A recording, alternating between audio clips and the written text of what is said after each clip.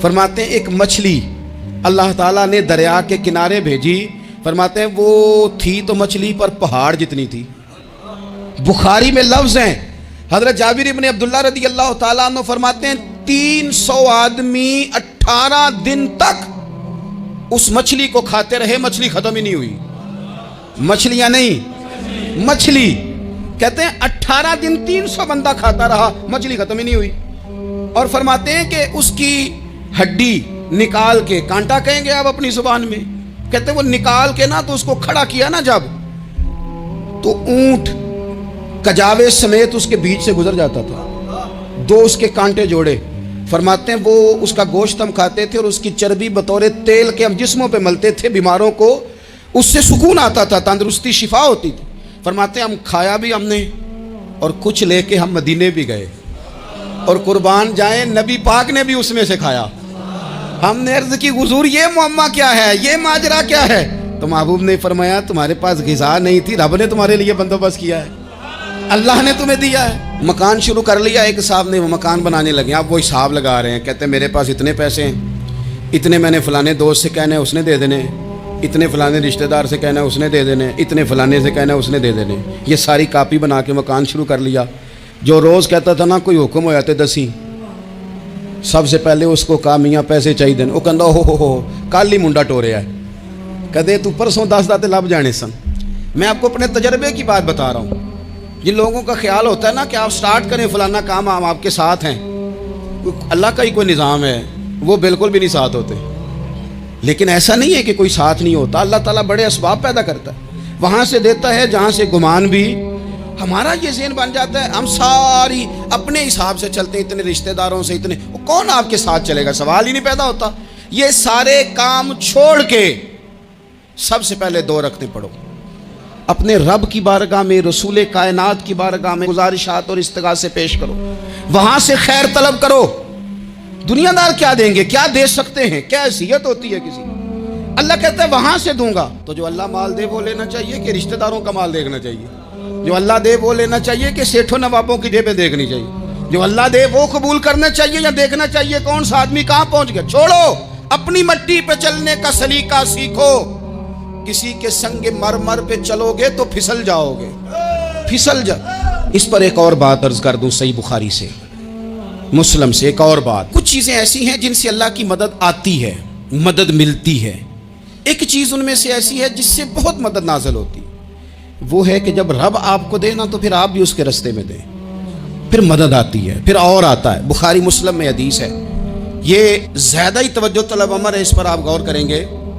حضرت ابو ہریرہ فرماتے ہیں کہ نبی پاک علیہ السلام نے فرمایا ایک شخص نے بادلوں کے اندر سے آواز سنی کہ فلاں آدمی کا کھیت اور باغ خشک ہو گیا ہے، وہاں برسو اور اس کے کھیت کو سیراب کرو۔ وہ بڑا حیران ہوا کہ بادل سے آواز آ رہی۔ پھر اس نے دیکھا کہ ایک پہاڑی پر بارش ہوئی، وہ بادل وہاں برسا، پھر نالیوں سے ہوتا ہوا پانی ایک طرف چلا۔ تو جس نے آواز سنی تھی، حضور بیان کر رہے ہیں، وہ بھی پیچھے پیچھے چلا کہ پانی کدھر جا رہا ہے۔ اس نے جا کے دیکھا کہ ایک مقام پہ ایک باغ کو وہ پانی لگ رہا ہے اور ایک آدمی وہ پانی لگا رہا ہے۔ اس نے اس سے پوچھا تیرا نام کیا ہے؟ اس نے کہا کیوں؟ کہنے لگا بتا نا۔ اس نے نام بتایا تو کہنے لگا یہی تو وہ نام ہے جو میں نے بادلوں کے اندر سے سنا ہے کہ فلاں کے کھیت کو پانی دے دو۔ اس نے کہا یار تو کیا عمل کرتا ہے کہ اسپیشل تیرے لیے بارش برسے؟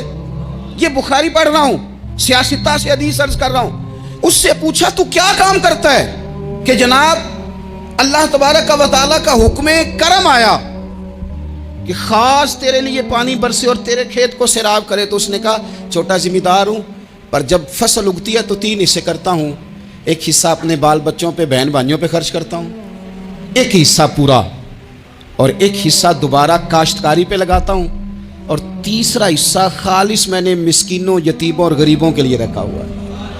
وہ جو تیسرا حصہ، اللہ کرے آپ سمجھیں، وہ رب کے بندوں پہ تیسرا حصہ خرچ کرتا ہے نا، تو کریم مالک نے فرمایا جہاں سے غریب کا حصہ جاتا ہے وہ کھیت خشک نہیں رہنا چاہیے، وہ جہاں سے مسکین روٹی کھاتے ہیں وہ خشک نہ رہے، جہاں سے یتیموں کو کچھ آتا ہے کہیں اس کی فصل رہ نہ جائے۔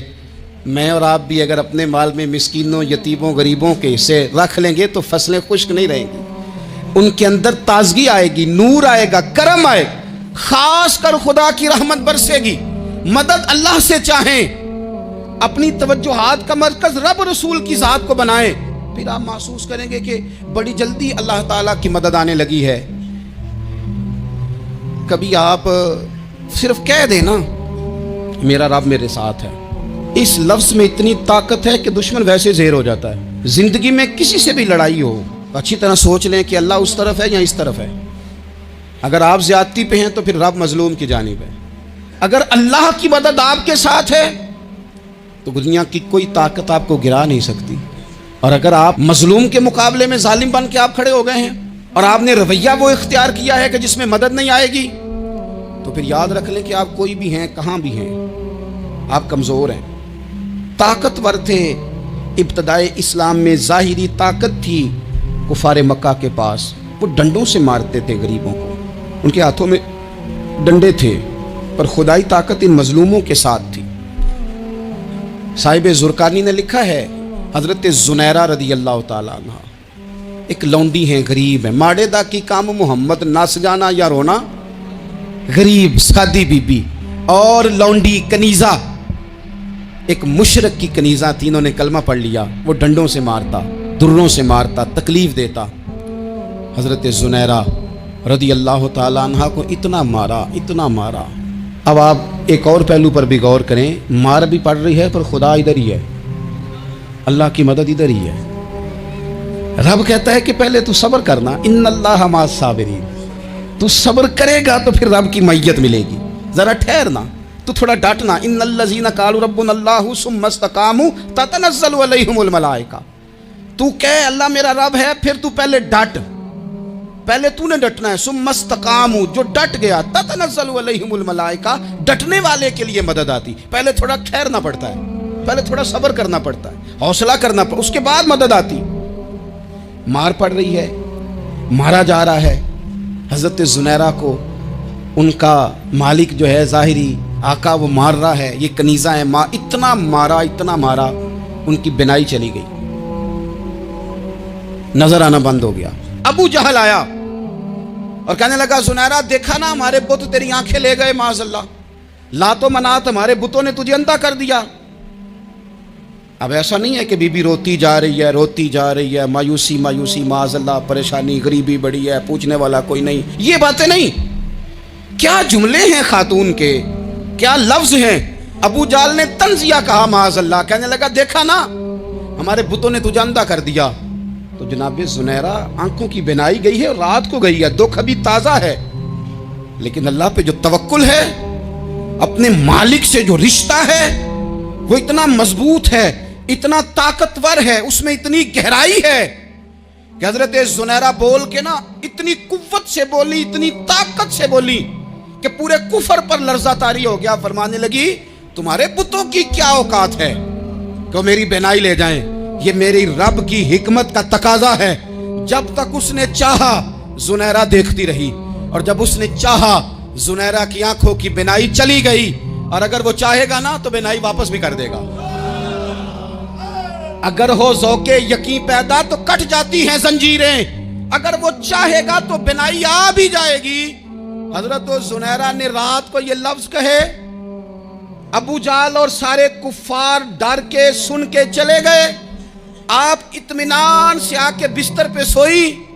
جب سویرے اٹھی تو اللہ نے آنکھوں کی روشنی واپس کر دی تھی، آنکھوں کی۔ اب چھڑی پکڑی ہے، بازاروں میں گھومتی ہے، کہتی ہیں بلاؤ کدھر ہے تمہارے لات و منات، دیکھو میرے رب نے روشنی واپس کر دی، آ کر میرے ساتھ ادھر آ، ستمگر ہنر آزمائیں، تو تیر آزما ہم جگر آزمائیں۔ بیمار لوگوں یاد رکھو، کہہ دیا ڈاکٹر نے کہ تو بڑا بیمار ہے، تو بڑا کمزور ہے، یہ ہو گیا وہ ہو گیا، تو ڈاکٹر اپنے علم کے مطابق بات کر رہا ہے، ہوگا تو وہ جو میرا رب چاہے گا۔ کمزور ہو جانا، پریشان ہو جانا، تکلیف میں آ جانا، پتہ نہیں بات ہو گئی ہے تو جانے کیا ہو جائے گا۔ اپنی زندگی کے اندر اپنے رب سے رشتہ مضبوط کریں، رسول کائنات سے رشتہ مضبوط کریں، اللہ والوں سے رشتہ مضبوط کریں۔ حضرت زنیرہ نے پیغام دیا کہ زندگی میں جو جینا چاہتے ہیں تو وہ رب کا نام لے کے جی سکتے ہیں۔ لیکن حماس کے لیڈروں، حماس کے قائدین کو دیکھو کہ وہ آج بھی اپنے موقف سے 1 انچ نیچے ہٹنے کو تیار نہیں۔ ان کی آنکھوں کے سامنے موت ناچ رہی ہے، لیکن اس کے باوجود وہ اپنے موقف سے 1 انچ ہٹنے کو تیار نہیں ہے۔ آپ کو معلوم ہے کہ یہ دوبارہ بدعہدی کس طرح شروع ہوئی؟ انہوں نے ایک معاہدہ ہوا تھا، ساری دنیا کے ساتھ معاہدہ ہوا تھا، اور اس ساری دنیا کے معاہدے کے اندر یہ بات طے ہوئی تھی کہ قیدیوں کا تبادلہ ہوگا، تبادلے کی شرح بھی متعین ہو گئی تھی۔ اب یہ مطالبہ ہے کہ ہمارے ان 5 قیدیوں کو اس معاہدے سے ہٹ کر، یعنی مفت ان کو آزاد کرو، ورنہ ہم تمہارے شہریوں پر بمباری کریں۔ اس معاہدے کے خلاف 5 قیدیوں کو 5 خمسة اسرى 60,000 سے زائد نہیں الذين قالوا انه لابد ان تفكوا هذه الاسرى والا نضربكم هذه الاسرى 50 قیدیوں کو بالاتفاق لیکن خارج من العہد 50 قیدیوں کو معاہدے سے باہر ان کو مفت آزاد کرو، ورنہ تمہارے اوپر بمباری کی جائے۔ اس بنیاد پر بمباری کی، بدعہدی پر مبنی بمباری کی جا رہی ہے، اور ساری دنیا خاموش تماشائی بن کر دیکھ رہی ہے۔ انڈونیشیا سے لے کر مراکش تک ہم جو کلمہ لا الہ الا اللہ کے قائل ہیں، اس کے نام لیوا ہیں، وہ سارا منظر آنکھوں سے دیکھ رہے ہیں۔ میں آج کی اس محفل میں پہلے ہی شرمندگی کا اظہار کر چکا ہوں کہ اب تک ہمارا جو کچھ جمع خرچ ہے وہ کچھ مالی مدد کی حد تک ہے، کچھ زبانی مدد کی حد تک ہے، اور ہم نے اپنی حکومتوں سے کھل کر یہ مطالبہ اب تک نہیں کیا کہ آج آپ کے اوپر جہاد فرض ہو چکا ہے۔ ساری اسلامی حکومتوں پر جہاد فرض ہو چکا ہے۔ اپنے حسب استطاعت ہر مسلمان حکومت پر جہاد فرض ہے۔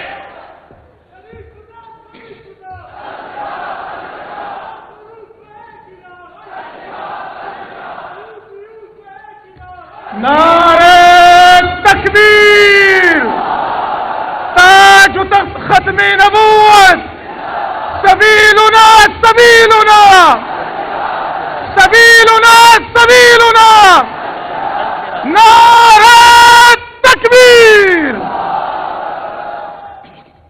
اب صرف زبانی جمع خرچ سے ہم اللہ کے سامنے اب کوئی جواب دینے کے قابل نہیں۔ اب صرف زبانی مذمتوں سے ہم اپنے ذمہ داری سے عہدہ برا نہیں ہو سکتے۔ تمام مسلمان حکومتوں پر درجہ بدرجہ یہ جہاد فرض ہے۔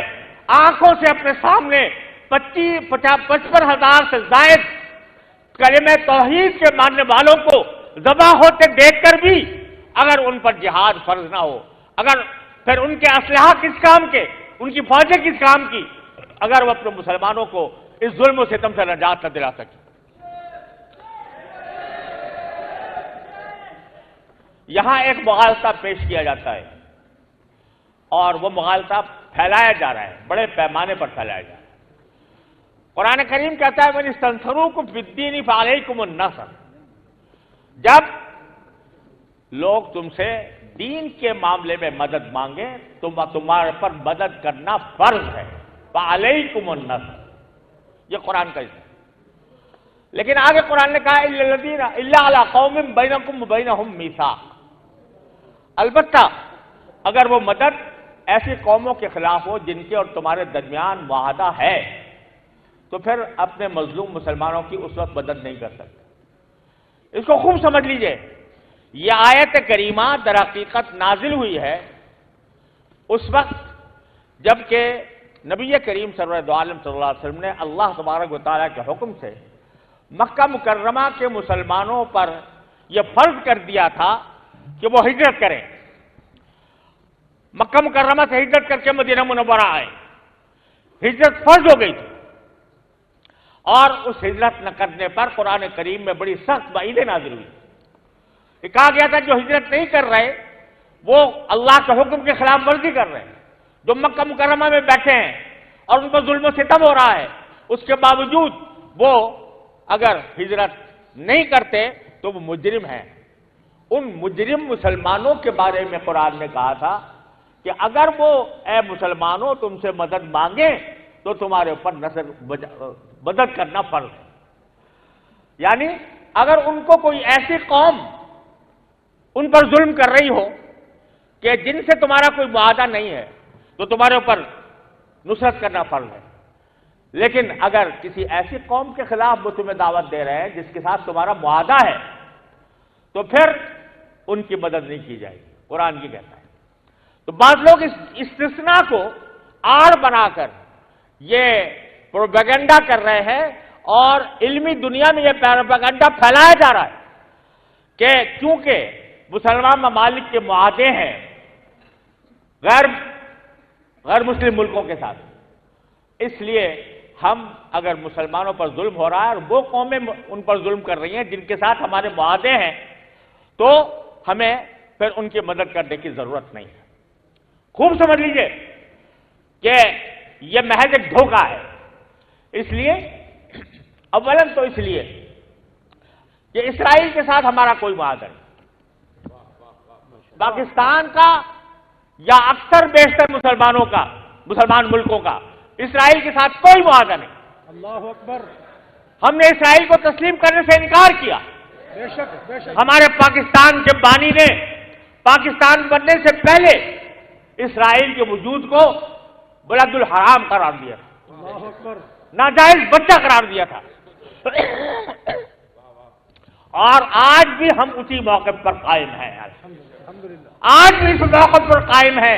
اسرائیل کتنا طاقتور ہو جائے، اسرائیل کے پاس کتنے اسلحہ آ جائیں، اسرائیل کو امریکہ کی جتنی حمایت حاصل ہو جائے، ہمارا یہ موقف تبدیل نہیں ہوگا، نہیں ہوگا، نہیں ہوگا.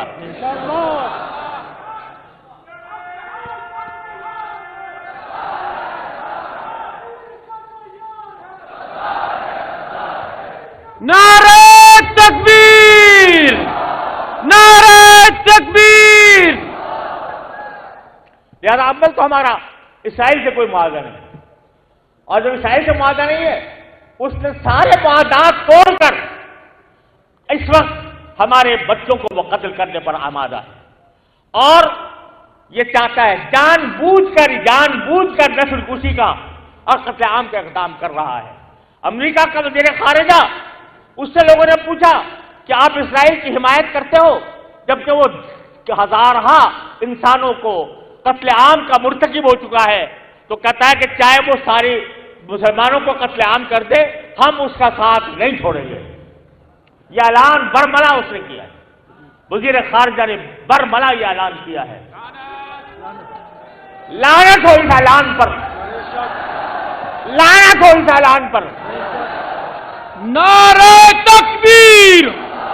امریکہ کا جو یار ہے، امریکہ کا جو یار ہے، سبیلنا سبیلنا، طریقنا طریقنا، نعرہ تکبیر. وہ کہتا ہے ہم اسرائیل کا ساتھ نہیں چھوڑ سکتے، ہم کہتے ہیں ہم فلسطین کا ساتھ نہیں چھوڑ سکتے. نعرہ تکبیر. فلسطینیوں سے رشتہ کیا؟ ہماری گردن اڑا دو، ہمارے گھر تباہ کر دو، لیکن ہم فلسطین کی حمایت سے دستبردار نہیں ہو سکتے. اور جب ہمارا کوئی وعدہ نہیں تو قرآن کا یہ حکم ہم پر فرض ہے، ان استنصروکم فی الدین فعلیکم النصر.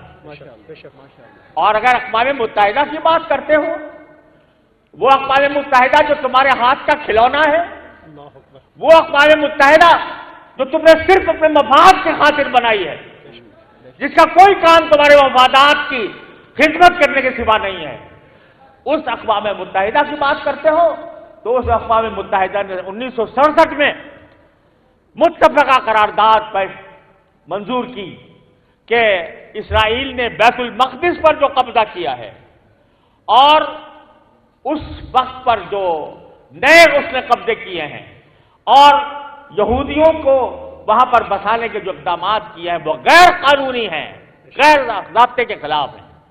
یہ اعلان تمہاری خود اپنی پیدا کردہ اقوام متحدہ کی قرارداد ہے یہ کہ وہ ظالم ہے، وہ غاصب ہے، بیت المقدس پر اس کا قبضہ غیر قانونی ہے. لہذا ہمارا اس کے ساتھ کوئی معاہدہ نہیں.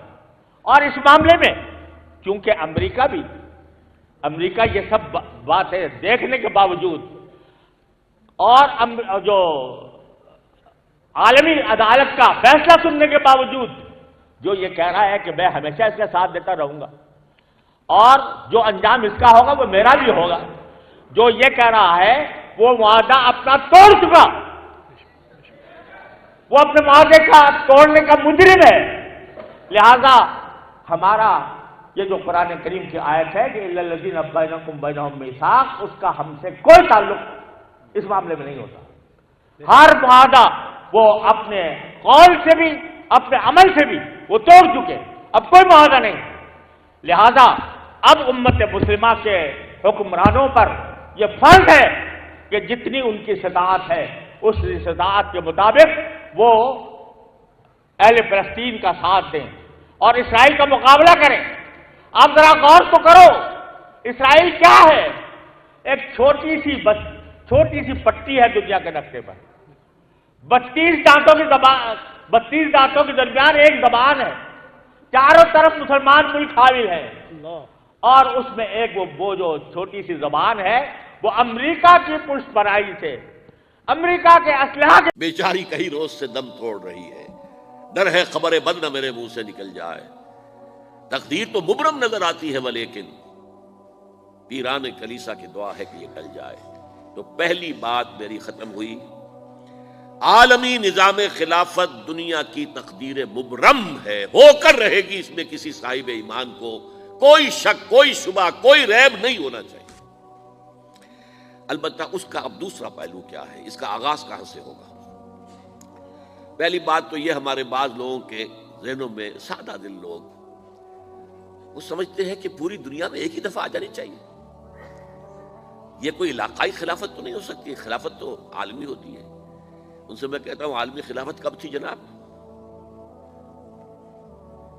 یہ تو نہ خلافت راشدہ میں عالمی تھی، کیا ہندوستان شامل تھا اس میں؟ کیا چین شامل تھا؟ کیا یورپ شامل تھا؟ اور پھر جو خلافت کے نام سے جو ملوکیت چلی ہے وہ بھی صرف آپ دور بنو امیہ میں کہہ سکتے ہیں کہ وہ پورا عالم اسلام کم سے کم اس کے تحت تھا۔ بعد میں خلافت عباس، بنو عباس میں اور فاطمیین کی خلافت میں اور آل عثمان جو ہیں آٹومان ٹرکس کی خلافت میں ٹکڑے تھے، اس سے بکھرے تھے، کوئی مانتا تھا کوئی نہیں مانتا تھا۔ اور سب سے بڑی بات یہ، اگر ایک دم پوری دنیا پر خلافت قائم ہو سکتی تو حضور کے دست مبارک سے ہوتی، لیکن نہیں ہوئی۔ نتیجہ کیا نکلا؟ ایک ملک میں حضور نے قائم کر دی، جزیرہ نما عرب، یہاں خلافت قائم ہو گئی، حضور خلیفہ ہے۔ اس کے بعد آپ کے خلفائے راشدین نے پھر اس کو وسعت دی، شرقاً غرباً شمالاً۔ 3 کالمز نکلے ہیں فوجوں کے، صحابہ کرام کے، 3 کالمز، ایک ایسٹ ورڈ، ایک ویسٹ ورڈ، ایک نارتھ ورڈ۔ ایک عراق کو فتح کرتے ہوئے ایران میں پہنچ گیا، خراسان تک چلا گیا۔ ایک شام کو فتح کرتے ہوئے اور پھر سینائی پیننسولا سے ہو کر افریقہ میں داخل ہوا اور اٹلانٹک تک پہنچ گیا۔ تیسرا سیدھا شمال میں گیا، لیکن یہ زیادہ دور نہیں جا سکتا تھا، کوکیشین ماؤنٹینز آ گئے، کوہ قاف۔ اس زمانے میں تو یہ یوں سمجھیے کہ امپیسیبل تھا نا، کوہ قاف، لہذا وہاں آ کر رک گیا۔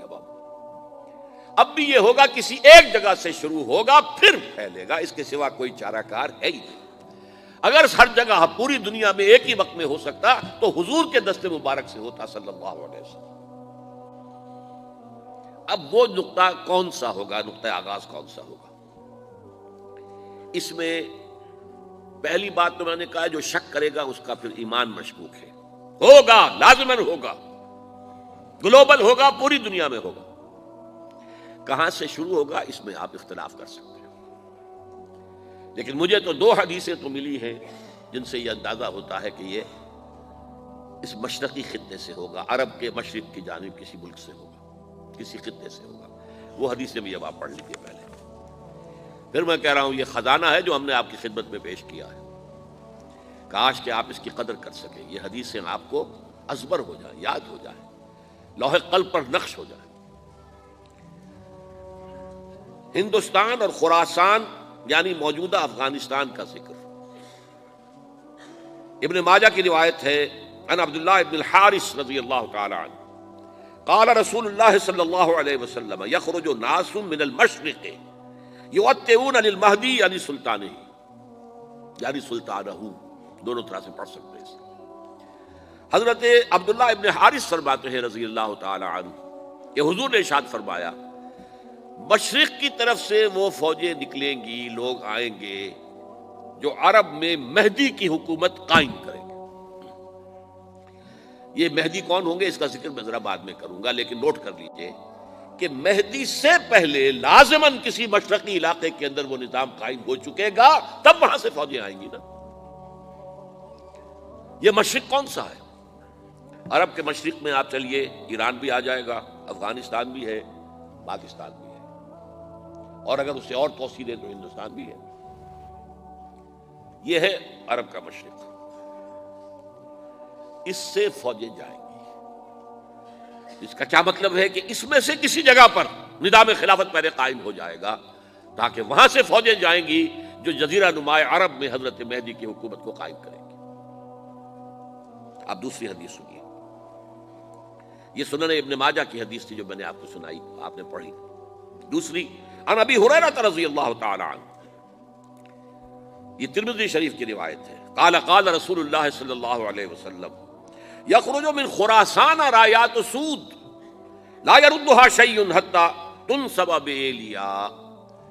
خراسان کے علاقے سے سیاہ جھنڈے لے کر فوجیں آئیں گی، ان کا رخ کوئی موڑ نہیں سکے گا، ان کو پیچھے پھیر نہیں سکیں گے کوئی بھی، یہاں تک کہ وہ یروشلم میں جا کر جھنڈے نصب کر دیں گے۔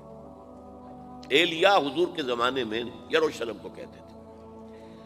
یہ یروشلم تھا جب حضرت سلیمان کی حکومت تھی اور یہاں پر معبد سلیمانی، ہیکل سلیمانی قائم ہوا، پھر یہ یروشلم ہی رہا ہے تاریخ میں، یہاں تک کہ سن 70 عیسوی میں جب ٹائٹس رومی جنرل نے اس کو گرایا، ختم کیا، سیکنڈ ٹیمپل گرا دیا اور یہاں سے یہودیوں کو کہا نکل جاؤ یہاں سے، کوئی یہودی باقی نہیں رہا، تب بالکل تہو بالا برباد کر دیا۔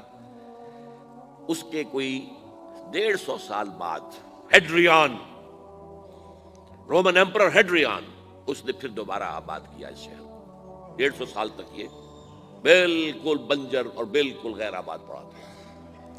اب ہیڈریان نے جب آباد کیا تو اس کا نام ایلیا رکھا، اب یروشلم نام نہیں تھا۔